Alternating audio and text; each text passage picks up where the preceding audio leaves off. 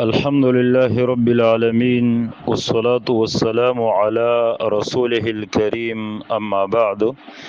محترم رور پختنه کړی ده چې کله یو سړی په مسجد کې ځان نمونځ وکي او بیا دې دوران کې جمع ودرېږي نو دا د چې کوم مونځ یوازې کړی دی نو آیا دی به دوباره دغه مونځ د جمع سره کولی شي که نه شي کولی؟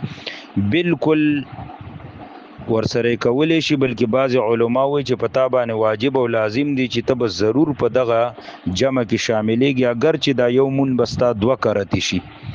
دلیل ور باندې دا حدیث دی عن بسر بن محجن عن أبيه أنه كان في مجلس مع رسول الله صلى الله عليه وسلم فأذن بالصلاة.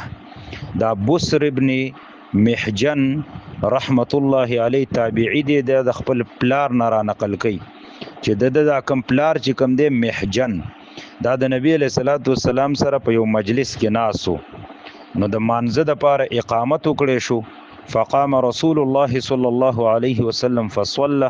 نبی علیہ الصلوۃ والسلام پاسید او صحابه ته جمع ورکړه، ورجع واپس کور ته لاړ، ومحجن فی مجلسه او محجن چې کومونو دا په دغه مجلس کې ناستو د نبی علیہ الصلوۃ والسلام سره مونږ نه کو. نو فقال له رسول الله صلی الله علیه وسلم ما منعك ان تصلي مع الناس. نبی علیہ الصلوۃ والسلام د محجن ته ویلي چې څه خبرې ته منع کړې چې تا د مونږ سره جامع باندې مونږ نه کو؟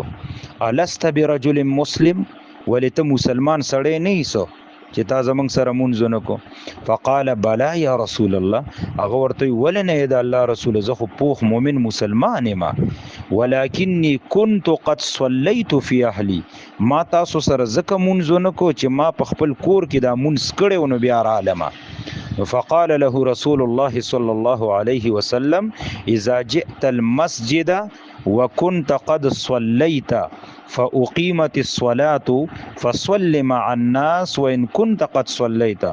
نبی علیہ الصلوۃ والسلام دی محجن ته ویلي کله چې ته جمعات تراشي اگر که دغه مونځ تا کړی او په جمعات کې د دقه منځه د پاره اقامت او شنو ته به دغه خلکو سره بیا د مونږ کې و ان كنت قد صليت، اگر که د مونږ د تا مخ کې کړي خو دوباره به کې.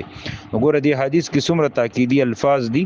دا روایت او موطا امام مالک راوړی دی اول جلسه په 132 کې، سنن نسائی کې دی اول جلسه په 137 کې، سند بالکل صحیح دی. نو بالکل شاملې دل پکار دی په جمع کې. والله اعلم. هذا وبالله التوفیق.